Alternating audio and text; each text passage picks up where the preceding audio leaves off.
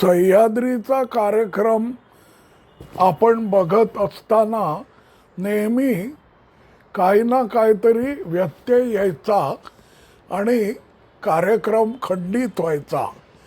आज हा मुक्त संवाद आठवणीतल्या साठवणीतल्या आठवणी ध्वनिमुद्रित करताना पुन्हा तोच अनुभव आला.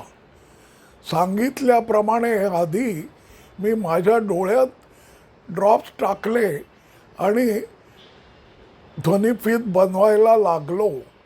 त्याप्रमाणे पहिली ध्वनिफीत आपण ऐकली, पण ती ऐकताना अचानक मध्येच मला फोन आला आणि त्यामुळे व्यत्यय आला.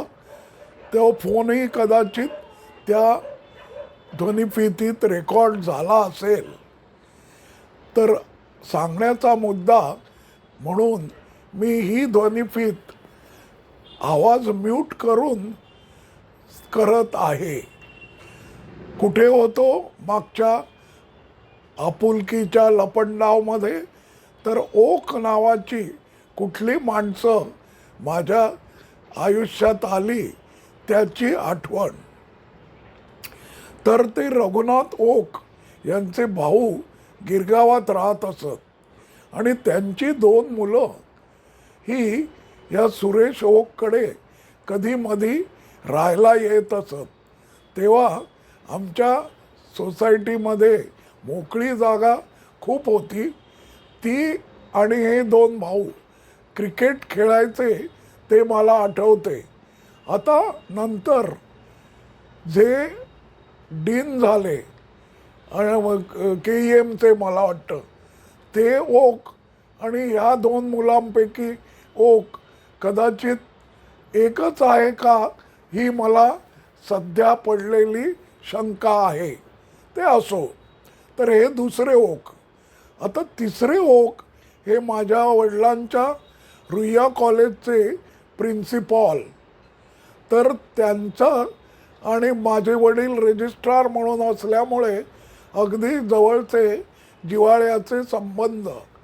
मी कंपनीत नोकरीला असताना नागपूरला होतो आणि त्यांचे जे मेव्हणे आपटे म्हणून ते आमच्याच कंपनीमध्ये वरिष्ठ पदावर होते. त्यावेळेला माझी भुणभुण चाले की आता मला नागपूरला कंटाळा आला, बदली करावी.